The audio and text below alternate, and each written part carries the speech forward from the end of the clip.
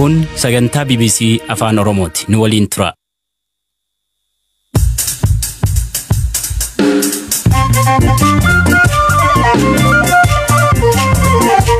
Hashama akkam jirtu hordoftoota keenya qophii keenya jimaataa eegallee jirra. Ministeerri muummee Abiy Ahmed naannoo Tigraay keessatti haleellaan qilleensaa raawwatamuu akka danda'u akeekkachiisan. Misizii ta'asaasiru adeemsa seera kabachiisuu keessatti haleellaan qilleensaa raawwatamuu danda'a. Namoonni nagaan walitti baay'atanii magaalota keessatti socho'uu akka xiqqeessitan isin hubachiisa. Taqannisu yihibbar.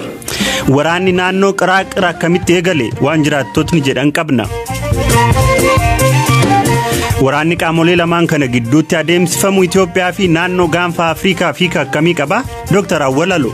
Waraanni kuni bakka biraattis naannoo biraattis humnoonni adda addaa qawwee akka fudhatan inkareej gochuu danda'a. Waa'ee filannoo Ameerikaas isinitti himnaa Angalaanaa Balaay nu waliin tura.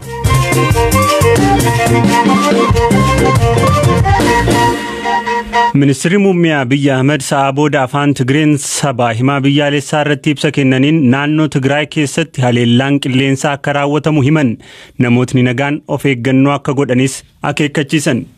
Misizii ta'asaasiru adeemsa seera kabachiisuu keessatti haleellaan qilleensaa raawwatamuu danda'a. Haleellaan kun namoota nagaa irratti kan xiyyeeffate otoo hin taane humni inni hamaan naannolee to'atee jiru irratti kan xiyyeeffatedha.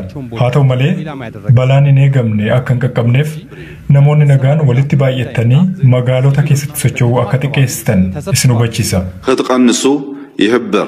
Ibsa ministeerri muummee Abiy afaan Tigriffaan kennan daqiiqaa muraasa booda gabaasa miidiyaalee biyya keessaan gadhiifameen ammoo opereeshiniin marsaa jalqabaa haleellaa humna qilleensaa Itoophiyaa naannoo Tigraay keessatti raawwateen rokkeettota fageenya kiiloomeetira 300 furguggifamuu danda'an dabalatee meeshaalee waraanaa gurguddoon guutummaan guutuutti hojii ala taasifamuun ibsameera. Gamatti PLF'n fedhiin rokkeettota kana fayyadamuu waan tureef magaala Maqalee fi naannoo asheetti buufataalee kuusaa waraanaa gurguddoo irratti haleellaan akka raawwatamu murtaa'uus EBC'n gabaaseera. Ibsa garagalgalaa dhagahame kana irratti haleellaawwan qilleensaa kun yoom akka raawwataman hin ibsamne. Guyyaa kamisaa garagalgalaa haleellaan qilleensaa gaggeeffamu miidiyaaleen mootummaa Tigraayitti dhiyeenya qaban gabaasanii ka ture ta'us balaan qaqqabe hin beekamne. Gabaasaan BBC magaalaa Maqalee jiru guyyaa kaleessaa garagalgalaa xiyyaarri waraanaa samii magaalittii irratti mul'atteen alatti sagalee haleellaa qilleensaa akka hin dhageenye nuu gabaasee jira. Haleellaawwan qilleensaa kanaan rokkeettiiwwan naannoo magaalaa Maqalee jiran rukutamuus miidiyaa biyyaalessaarraa dhagahuu gabaaseera. Aangaan adda bilisa baasaa uummata Tigraay gameessa irraa garuu Maqaleerraa fageenya kiiloomeetira 98 irratti bakka Tanbeen Abiyaaddii jedhamutti si'a lama sagaleen xiyyaara waraanaa dhagahamuu odeeffachuullee gabaase. Oduudhuma wal fakkaatuun ministeerri muummee Abiy Ahmed har'a garagalgalaa afaan Amaaraatiin ibsa kennaniin opereeshiniin marsaa jalqabaa naannoo Tigraay keessatti gaggeessan milkaa'aa akka ta'e ibsaniiru. በተለይ በዳንሻ ግንባር ያለውን ጠላት ሙሉ በሙሉ በመደምሰስ keessaafuu diina gama daanshaan jiru guutummaatti barbadeessuun naannicha kan to'anne hoggaa ta'u akkuma barbaachisummaa isaatti kallattii hundaanuu tarkaanfii ittaanu fudhachuun uummata keenyaaf kan ifa goonu ta'a. Haala haga ammaa jiruun karoora keenya marroo jalqabaa harka 100% milkaa'aa ta'uu ibsuun barbaada.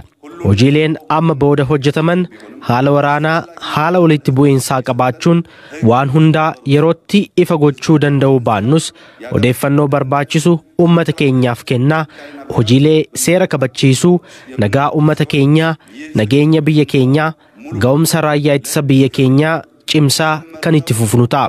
Murni kun guutummaan guututti haga seeratti dhiyaatu dulli ofii fi biyya ittisuu eegalle cimee kan itti fufu ta'uu ibsuun barbaada. Opereeshinii kana guutummaatti wayita xumurru uummata keenyaaf raawwii hojii kan ibsinu ta'us isinitti himuun barbaada. Tajaajilli elektirikii kaleessa onkololeessa 26 bara 2013 ka deebi'e yoo ta'u har'a ammoo tajaajilli geejibaa eegaluu gabaasaan BBC kun ibsee jira. Tajaajilli eegaluus garuu konkolaattonni Maqaleerraa ka'uun bakkeewwan garaagaraatti imalan hunduu poolisii magaalittiirraa eeyyamni addaa isaan barbaachisaa jedhameera.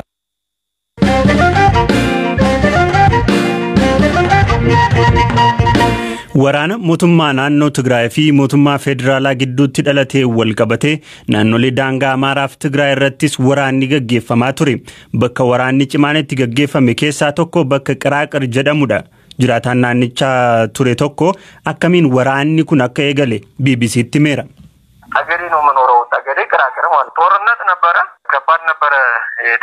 Xagadee Qiraaqiriin jiraadha. Waraanatu ture. Dhukaasni ture baay'ee ulfaataa ture. Dhukaasni halkan sa'a 9:50 eegale. Humna addaa waliin bakka dhukaasni eegaleen ture anis. Dhukaasichi kan eegale mana barnootaa sadarkaa lammaffaa Qiraaqiriitti. Dhukaasichi guyyaa guutuu itti fufe. Biyyoo hojii ijaarsaaf qophaa'ee akka dahootti fayyadamuun meeshaa waraanaas qabu turani. Haa ta'u malee humni addaa keenya milishoota waliin ta'anii dhiibanii dhufanii haayiskuulii fi kaampis gubuudhaaf yaalii godhan wallaansoo guddaan fashaleessaniiru. Amma waraanichi qabbanaa'eera. Sagaleen dhukaasaa dhaga'amus hin jiru. Magaalaa Nugus Katamaa jedhamu gadhiisanii ba'aniiru. Kaampii addaa Ixaboo jedhamus gadhiisanii baqataniiru. Nugus Katamaanis to'annoo raayyaa ittisa biyyaa jala galeera. Hawaasni naannichaa amma tasgabbaa'ee manneen daldalaasaa banee socho'aa jira.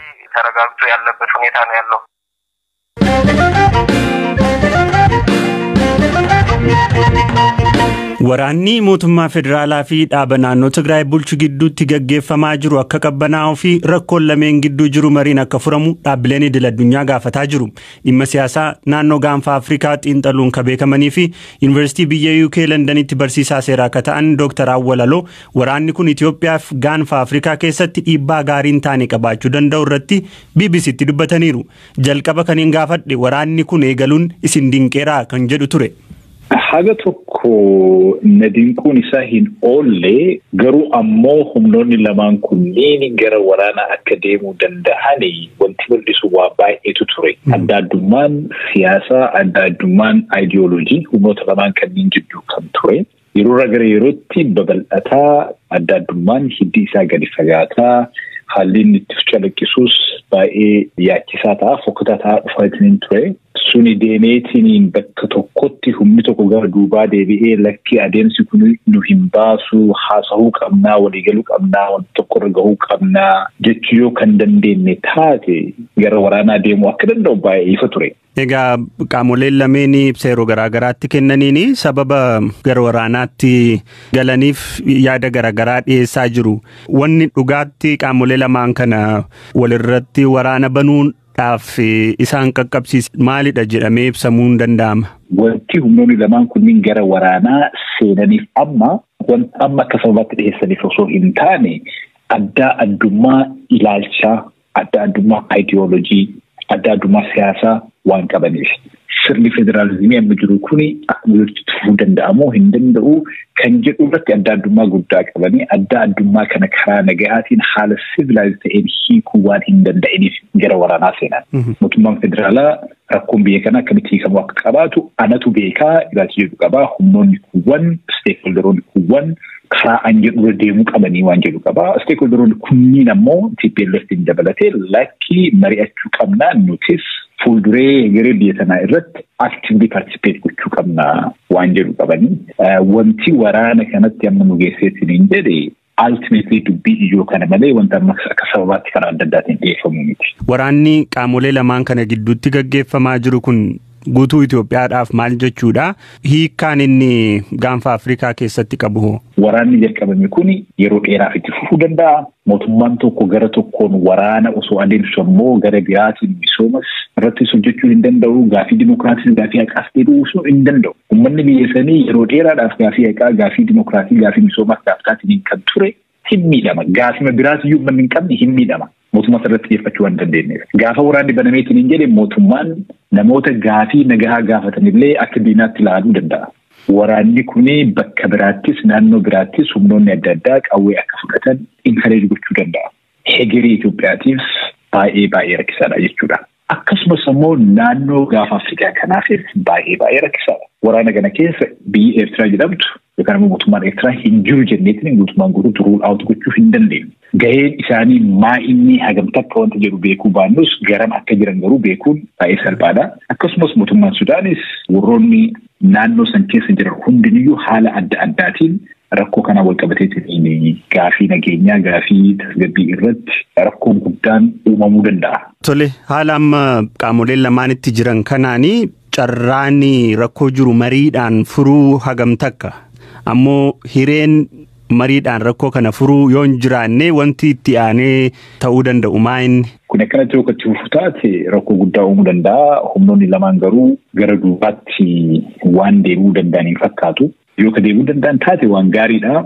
Ati humnoonni biyya keessas biyya alaas abbootiin amantiis humnoota lamaan kanneen irratti dhiibbaa haga danda'an gochuu qabanii wanti karaa waraanaatiin hiikaa argachuu danda'u hin jiru.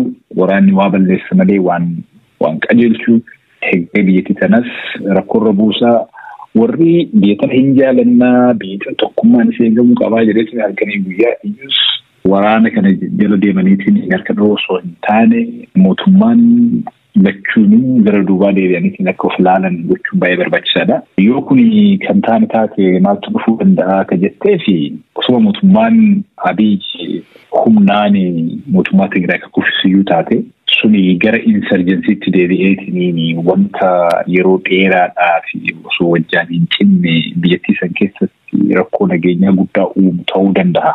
Kanaaf of eeggannoo guddaa gochuun barbaachisaadha. Dr. Awwala Lootii yaada nuu kennaniif hin galateeffanna.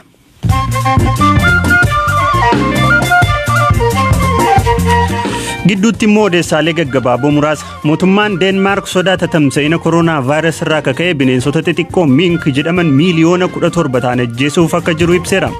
Deenmaark bineensota miiliyoonaan lakkaa'aman irratti tarkaanfii fudhachuuf kan murteessite vaayirasichi bineensota irraa gara dhala namaatti katatamsa'u yoo ta'e talaallii damdamachuu danda'a yaaddoo jedhuuni. Ijoolleen dhiiraa Trump lamaan Trump filannoo kana mo'achuuf qabsaa'us Riippaabilikaanoti isa deeggaruurraa hanqataniiru jedhan ilmi hangafaa pirezidantichaa Don Junior paartii Riippaabilikaan dadhabaa jechuun yoo ibsu Eriik ammoo warri sagalee nuuf kennan deeggaruu dhabuu keessan ammoo yoomiyyuu hin irraanfannu jedhe.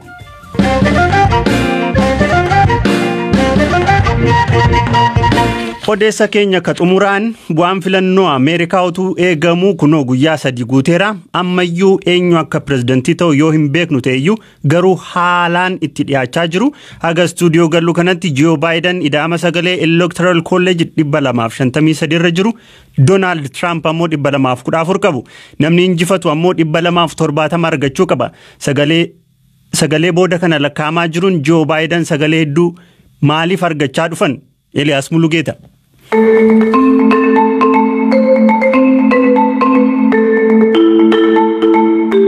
Hanguma sagaleen namootaa gama poostaan filatanii lakkaa'amaa jirutti carraan pireezidaant Doonaald Tiraamp teessoo isaanii waggoota 4 itti aananiif irra turuuf qabanis haalaan gadi irrachaa dhufeera. Pireezidaantichi guyyoota 2 erga miidiyaa irraa badanii booda kamisaa halkan dubbataniiru.